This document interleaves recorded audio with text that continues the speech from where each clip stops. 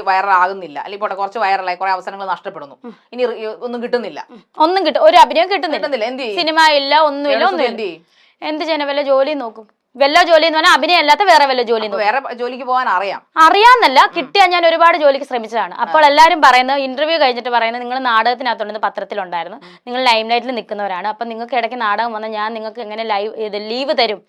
ഒരുപാട് ചെന്ന് interview attend ചെയ്യുമ്പോൾ അവർ ഇതാണ് പറയുന്നത്. പിന്നെ ഗവൺമെന്റ് ജോലി തരാന്ന് പറഞ്ഞത് അത് ഓരോ പ്രോസസ്സിംഗ് നടന്നുകൊടുക്കും, അതും വൈറ്റ് കോളർ ജോലിയല്ല, 10ാം ക്ലാസ് വെച്ചിട്ടുള്ള ജോലിയാണ് ഞാൻ പറഞ്ഞേക്കുന്നത്. എന്റെ അടുത്ത് പറഞ്ഞേക്കുന്നത് PSC അന്ന് സുധിച്ചേട്ടൻ മരിച്ച സമയത്ത് മന്ത്രി വന്നിട്ട് എംപ്ലോയ്മെന്റിൽ എനിക്ക് ഓൾറെഡി രജിസ്റ്റർ ചെയ്തിട്ടുണ്ട്, അതുപോലെ ഇത് പുതുക്കണം, എന്താ എംപ്ലോയ്മെന്റിൽ നമ്മൾ സീനിയോറിറ്റി പുതുക്കണം, PSC ചെയ്താലല്ല സീനിയോറിറ്റി പുതുക്കണം, അങ്ങനെ പുതുക്കിയിട്ടുള്ള ജോലിയുടെ കാര്യമാണ് അവർ. പക്ഷെ ഇതുവരെ ഒന്നും ഇതൊക്കെ നിർത്തിപ്പോകത്തൊന്നുമില്ല. ഇത് വരുന്നോടത്ത് ഇത് ഇനി അങ്ങോട്ട് ഞാൻ എന്തായാലും അവസരം തേടി പോകത്തില്ല, ഇങ്ങോട്ട് വരുന്നത് ഞാൻ ചെയ്തിരിക്കും.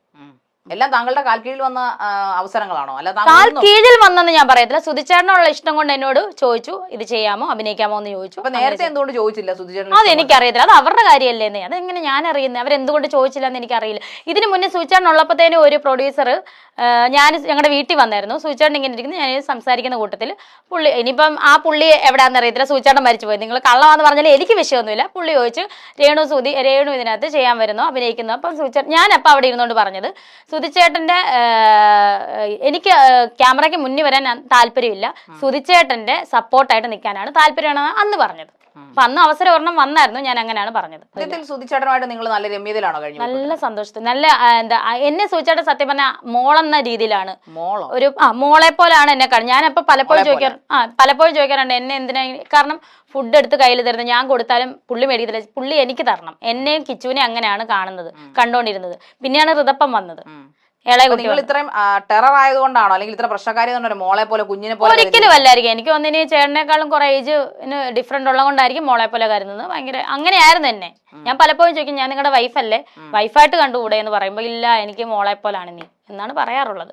രേണുസുധി ഇങ്ങനെ ആവാൻ കാരണം ചിലരുടെ മോശം സമീപനങ്ങളാണ്. എങ്ങനെയാകാൻ കാരണം എനിക്ക് മനസ്സിലായില്ല. ഇങ്ങനെ അഭിനയത്തിൽ എന്നെ ആരും മോശമായിട്ടൊന്നും പെരുമാറിയിട്ടില്ല. അതായത് ഇപ്പോ കുറച്ചു മുമ്പ് നമ്മളെ ഇന്റർവ്യൂവിന്റെ തുടക്കത്തിൽ പറഞ്ഞിരുന്നല്ലോ, ഞാൻ ഇനി എന്തും ചെയ്യും ഇന്ന് അഭിനയിക്കും ആയതുകൊണ്ടാണ് ഞാൻ ഇങ്ങനെയൊക്കെ പറയുന്നത്, അതുകൊണ്ടാണ് അത് ശരിയാണ് എന്നാണ്. അപ്പൊ അത് മറ്റുള്ളവർ അങ്ങനെ പറഞ്ഞുകൊണ്ടാണ്, ഇല്ലെങ്കിൽ കുറെ കൂടെ നല്ല അഭിനയം കാഴ്ചവെക്കുമായിരുന്നു. കാഴ്ചവെക്കുമായിരുന്നു തോന്നുന്നു. അങ്ങനെ അഭിനയിക്കാൻ പറ്റൂ? പഠിക്കണം. രേണു പേടിക്കുന്നത് ആരെയാണ്, എന്തിനെയാണ്? ദൈവത്തെ പേടിയുണ്ട്. പിന്നെ എന്തിനെ എന്ന് ചോദിച്ചാൽ നാളത്തെ ഭാവി എന്തായി തീരും, ഒരു സ്റ്റെബിലിറ്റി വന്നിട്ടില്ല, അതിനൊരു പേടിയുണ്ട്, എന്തായി തീരുമെന്ന്. ഈ രണ്ട് കാര്യത്തെയാണ് ഞാൻ പേടിക്കുന്നത്. കുറച്ചുകൂടെ അഭിനയം നന്നാക്കിയാൽ നല്ലൊരു ഭാവി ഉണ്ടാകുമെന്ന് ചിന്തിച്ചിട്ടുണ്ട്, അതോ മോശം അഭിനയത്തിലേക്ക് പിന്നെയും പോയാൽ ഭാവി ഉണ്ടാകുമെന്നാണോ ചിന്തിക്കുന്നത്? അഭിനയം പഠിക്കണമെന്ന് ആഗ്രഹമുണ്ട്.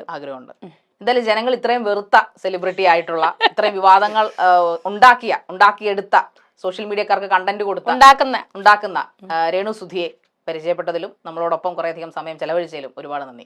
എനിക്കും കണ്ടതിൽ സന്തോഷം. Thank you.